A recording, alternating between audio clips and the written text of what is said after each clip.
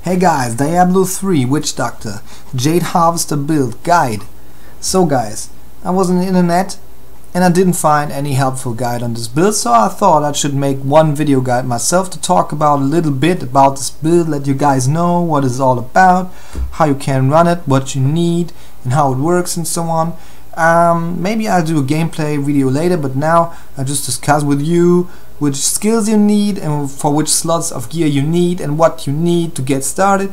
So to myself, I just cleared a tier 30 Greater Rift and I'm somewhere on the ladder. Let me see where I am right now. I am at 30. I'm at rank 800. Oh no, this I'm wrong. I'm a lot higher than that. Oh man, this is not necessary. What the fuck am I doing here? Wow, there I am. Man, I should have looked that up first. I'm 545 and let's get started with the gear. So you need a few things to even play this build. I wouldn't recommend to play this build if you don't have those items. I would just play pet, run T1 or normal rifts till you get those items. So let's look at my sheet. So you need the helm Quetzalcoatl, what a name. You need intelligence, vitality at best, I don't have that. You know, critical hit chance and a socket. And you need 5 pieces of Jade set. You need shoulders, gloves, chest, legs and feet, because you want to use the helm and not the set helm. Yeah, you want to have intelligence, vitality, cooldown reduction and haunt damage on the shoulders. You want to have intelligence, vitality and haunt increased damage on the chest, and you want to have 3 sockets. You want to have intelligence, critical hit damage, critical hit chance and cooldown reduction on the gloves.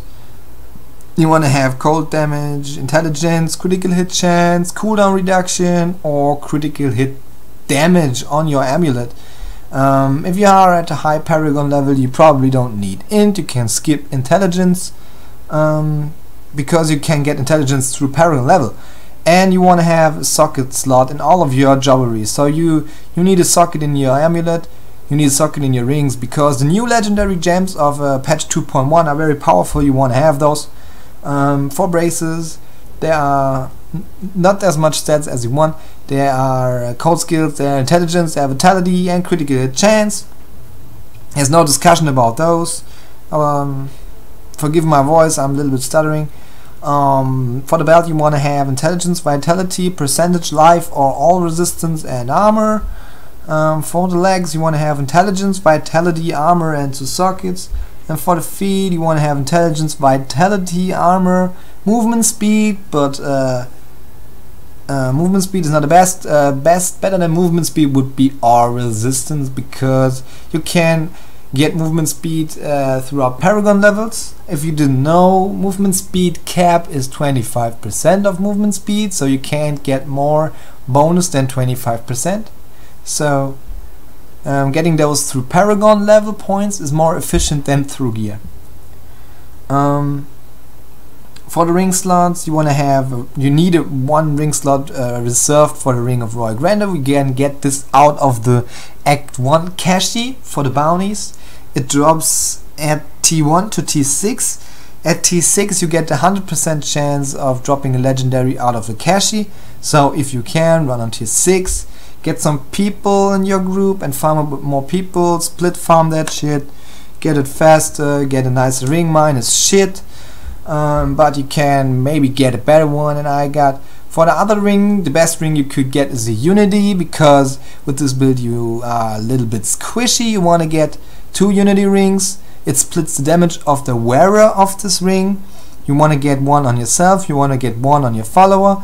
You want to give your follower as well this item that he can't die. What this item makes is that he absorbs damage rather than receiving it, which makes you receive 15% less damage because of the 2 Unity rings. So this gives you the most toughness. If you don't have Unity rings, you pretty much get 1 shot at higher tier rifts like 28, 30. You will have toughness issues, you will get one shot by shit, and you need to use a Eucapian Serpent, which is the shield of the Witch Doctor. It gives you a lot of damage reduction. You want to have intelligence, critical hit chance, cooldown reduction, increased haunt damage, elite damage, or vitality on this. Which you would prefer? Mine. I'm pretty happy with mine. On the weapon, you want to have a slowest weapon as possible, because with this build you need raw weapon damage instead of damage per second. You want to look at the raw weapon damage, so the slower the weapon is, the higher the raw weapon damage is. So a mace would be the best, which is the Sunkeeper mace, which is as well the best one-handed choice for this build. You want to have intelligence on it, you want to have a socket on the weapon, and elite damage or cold increased damage.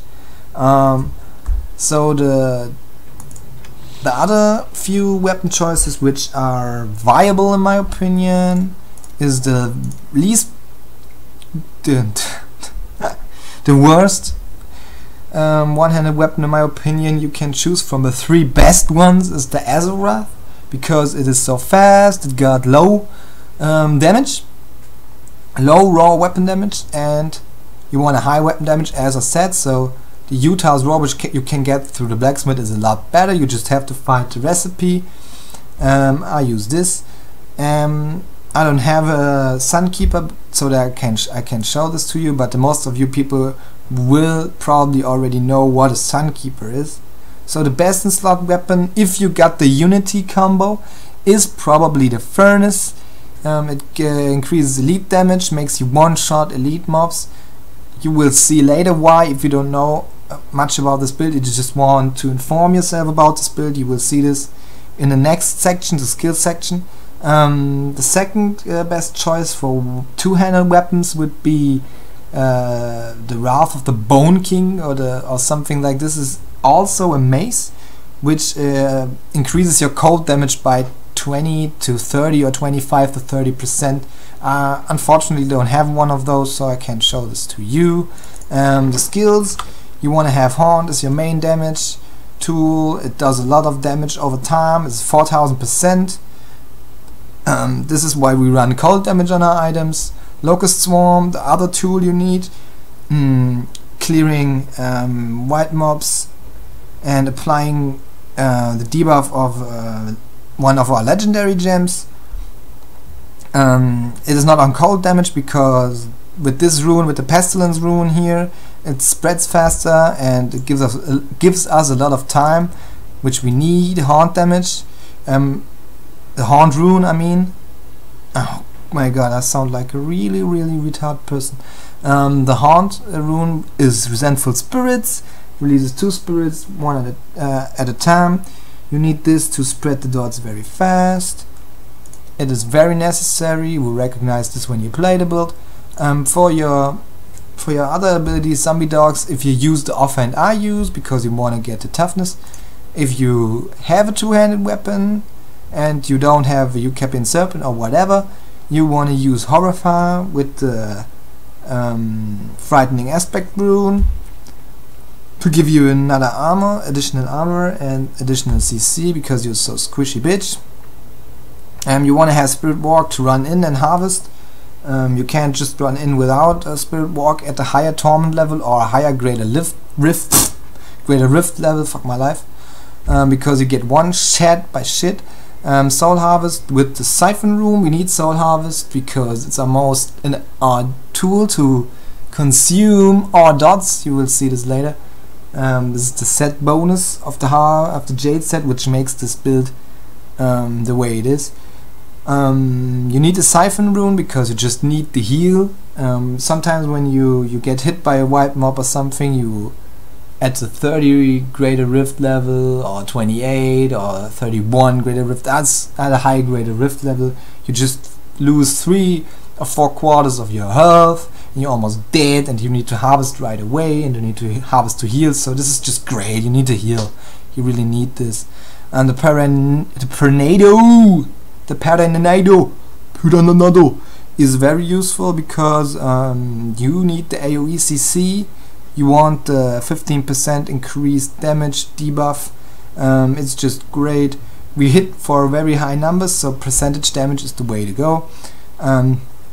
Creeping damage, creeping death, increases the length of our dots and the debuff of piranhas to about 5 minutes. Increase our damage, and is very, very nice. Spirit Vessel is pretty much self-explanatory. Grave Injustice, best passive of the Witch Doctor, or maybe best passive in the game, of my opinion. Gives us survivability, gives us cooldown reduction, gives us everything, makes us harvest faster, makes us clear faster. Pierce the Veil, nice passive, 20% more overall damage, but with that little increased mana cost, hurts a little bit. So how this build works? How this build works is you try to apply dots on everything, and then at the best possible way you wanna get the debuff of the piranhas of it, and you want then to harvest everything at once. Yeah, that's pretty much it, because with the 6-piece bonus of the Jade Harvest set, your Soul Harvest consumes the damage that your Haunt and your Locust Swarm would deal at once. So this is why we increase the damage of our Haunt and not the damage of our Locust Swarm, because our Haunt deals overall more damage than the Locust Swarm. And this is also why we go for cold damage. So this pretty much sums everything up. Maybe I upload a gameplay video if you really want to know. For the Paragon level, just don't copy my sheet, because Paragon level are there to cover your weaknesses. You can see for yourself what you need, what you should get. If you need to pause the video, if you want to really see mine, I'll just go over it pretty quick. Yeah, okay, that was this. Yeah guys, hopefully you liked that. Hopefully you could understand something of my stupid shit. And see you guys later. Enjoy the day.